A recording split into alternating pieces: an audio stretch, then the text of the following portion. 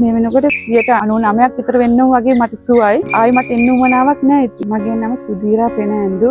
මං ආවේ හෙට්ටිපොළේ ඉඳන්. අවුරුද්දක් මාස 8ක් විතර කාලයක් තිස්සේ ඉඳන් මට ඒක තිබුණා. එක එක්කෙනාට කිව්වා ඒත්ස්ම දැනකින් මට ප්‍රතිකාර කරගන්න බැරුව ගියා. ඊපස්සේ මගේ අක්කාගේ දුව තමයි මට මෙතන මේ සිරෝන් හොස්පිටල් එක ගැන කිව්වේ මුලින්ම. කියලා එයා මට වීඩියෝ එකක් අරන් දුන්නා පුංචා මේක බලන්න කියලා. බැලුවට පස්සේ තමයි මම තේරුම් අරගෙන කෙලින්ම මෙහෙට කතා කරලා ආවේ. දෙන්න ડોක්ටර් මුණ ගැහෙන්න ලැබුණා. ඊට පස්සේ ડોක්ටර්ත් එක්ක කතා කරාට පස්සේ මට තේරුණා මට මෙතනින් දෙයක් කරගන්න පුළුවන් කියලා. ඊට පස්සේ ડોක්ටර් මට ට්‍රීට්මන්ට් වගේක් දුන්නා.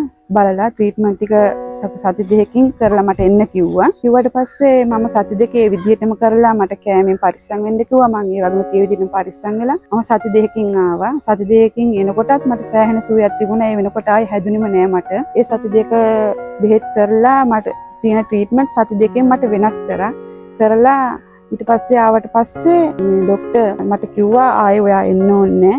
ඔයාට දැන් සෑහෙන සුවයි. සුවය කියන්නේ මට ඇත්තටම සුවය දැනෙනවා. සුවය දැනනවා කියන්නේ මට ඊන් පස්සේ කොටින්ම හැදුන්නේ නැහැ. මම දවසක්ම අවුවේ හිටියා. ඒත් මට එහෙම අමාරුවක් ආවේ නැහැ. වෙනදට මම මෙහි යනකොට මම ට්‍රීට්මන්ට් එකක් දාලා අරින්නේ සම්පූර්ණ බැන්ඩේජ් ගහලා කවර් කරලා අරින්නේ මාව. අද මට එහෙම වුන්නේ නැහැ කිව්වා. ඇත්තටම දේවින්ද ડોක්ටර් කියන්නේ මිහි පිට දෙවරු ඉන්නවා කියනවානේ. ඇත්තටම එයාලා ඒ වගේ අය තමයි. ඇත්තටම මේ වෙනකොට මට සෑහෙන සුවයක් දැනෙනවා. කාර්ය මණ්ඩලෙත් ඒ වගේමයි. එයාලා අපි මිහින් ඇවිල්ලා ට්‍රීට්මන්ට් කරගෙන ගියාට පස්සේ සතියේට 3 පාරක් විතර එයාලා අපෙන් කෝල් කර විස්තර අහනවා. ඔයා කොහොමද ට්‍රීට්මන්ට් එක හරියට කරගත්තද? ඔයාට දැන් කොහොමද සුවයද කොහොමද කියලා මම නැත්තත් ගෙදර අනිත් කට්ටියකින් හරි අහලා බලනවා. ඇත්තටම කියන්නේ ඔයාලත් පුළුවන් හැමෝම මෙතනට එන්න. ටික කාලයක් යනවා සුව වෙන්න. ඒ වගේම මේ ටික කාලය ඇතුළත කොහොමද අපිට සුව වෙලා ගියහැකි. කාර්ය මණ්ඩලය අනිකුත් හැමෝමත් අපිට ඒ වගේම තමයි සහයෝගය දුන්න හැමෝම.